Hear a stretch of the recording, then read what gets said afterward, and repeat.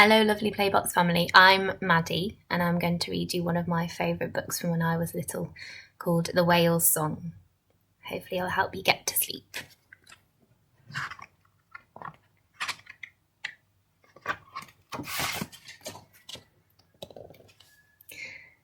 Lily's grandma told her a story. Once upon a time, she said, the ocean was filled with whales. They were as big as the hills. They were as peaceful as the moon. They were the most wondrous creatures you could ever imagine.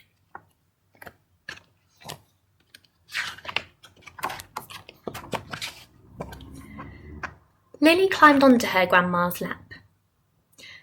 I used to sit at the end of the jetty and listen for whales, said Lily's grandma. Sometimes I'd sit there all day and all night. Then all of a sudden, I'd see them coming from miles away. They'd move through the water as if they were dancing.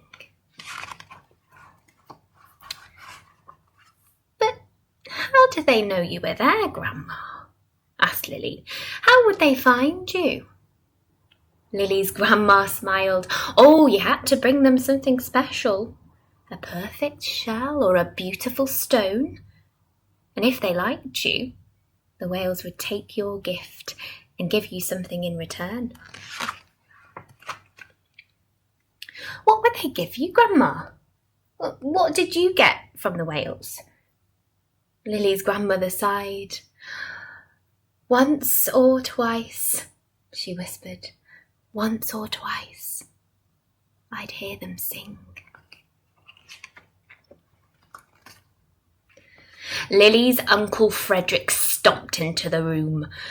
You're nothing but a daft old fool, he snapped. Whales were important for their meat, for their bones, and for their blubber. Oh, if you have to tell Lily something, then tell her something useful. Don't fill her head with nonsense. Singing whales indeed.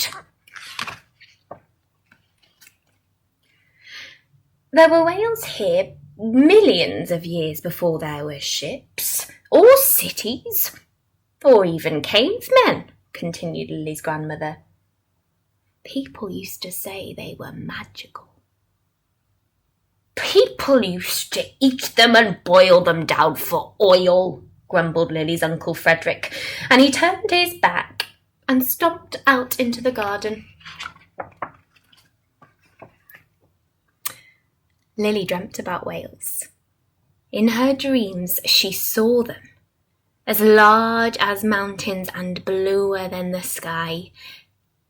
In her dreams, she heard them singing, their voices like the wind.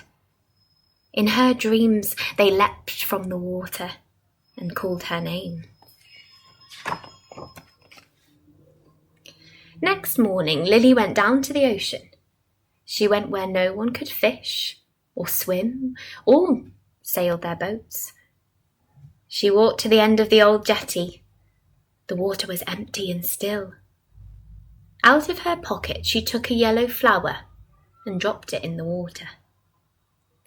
This is for you, she called into the air.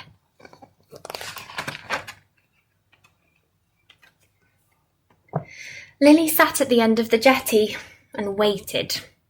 She waited all morning and all afternoon. Then, as the dusk began to fall, Uncle Frederick came down the hill after her. Enough of this foolishness, he said. Come on home. I'll not have you dreaming your life away. That night, Lily awoke suddenly. The room was bright with moonlight. She sat up and listened. The house was quiet. Lily climbed out of bed and went to the window. She could hear something in the distance, on the far side of the hill. She raced outside and down to the shore. Her heart was pounding pounding as she reached the sea. There, enormous in the ocean, were the whales.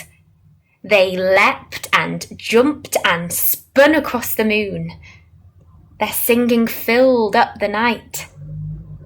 Lily saw her yellow flower dancing on the spray.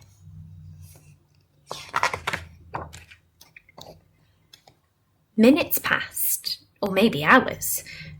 Suddenly Lily felt the breeze rustle her nightdress and the cold nip at her toes. She shivered and rubbed her eyes. Then it seemed the ocean was still again, and the night black and silent. Lily thought she must have been dreaming. She stood up and turned for home. Then, from far, far away, on the breath of the wind, she heard, "Lily, Lily." The whales were calling her name. Good night and sleep well.